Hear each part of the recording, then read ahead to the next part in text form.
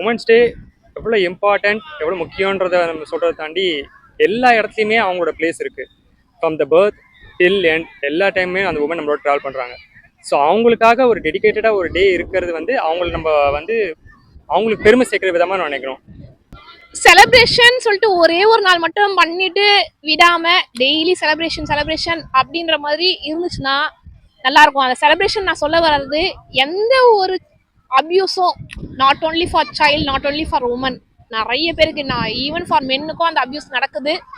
Men's டே நம்ம வந்து பெருசா நம்ம கொண்டாடுறது இல்லை, இருந்தாலும் இந்த செலிப்ரேஷன் ஒன் டேல ஓகே அந்த ஒரு கிஃப்ட் ஷேர் பண்றதுக்கு நீட். ஏன்னா எந்த கிஃப்ட்டுமே வாங்கி கொடுக்காத ஹஸ்பண்ட் வந்து அன்னைக்கு ஒரு நாள் தான் வாங்கி கொடுப்பாங்க. அந்த கப்புள்ஸ்க்கு அந்த மென்ஸ் டே, அதாவது உமன்ஸ் டே அப்படின்னா வேலண்டைன்ஸ் டே, இந்த செலிப்ரேஷன்ஸ் தேவைப்படுது.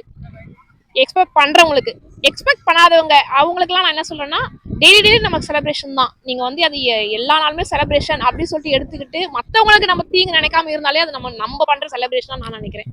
அதனால நம்ம முடிஞ்ச அளவுக்கு நல்லதா நினைச்சிட்டு யாருக்குமே அபியூஸ் பண்ணாம, மெயின் அபியூஸ் தான் இப்போ நான் யூஸ் பண்ற அந்த அபியூஸ்ன்ற வேர்டு ரொம்ப பெரிய வேர்டு இப்போ நம்மளுடைய கண்ட்ரில நிறைய நடக்குது. அதனால அந்த அபியூஸ் மட்டும் யாருக்குமே நடக்காம இருந்தா அதுவே செலிப்ரேஷன் தான் நான் நினைப்பேன்.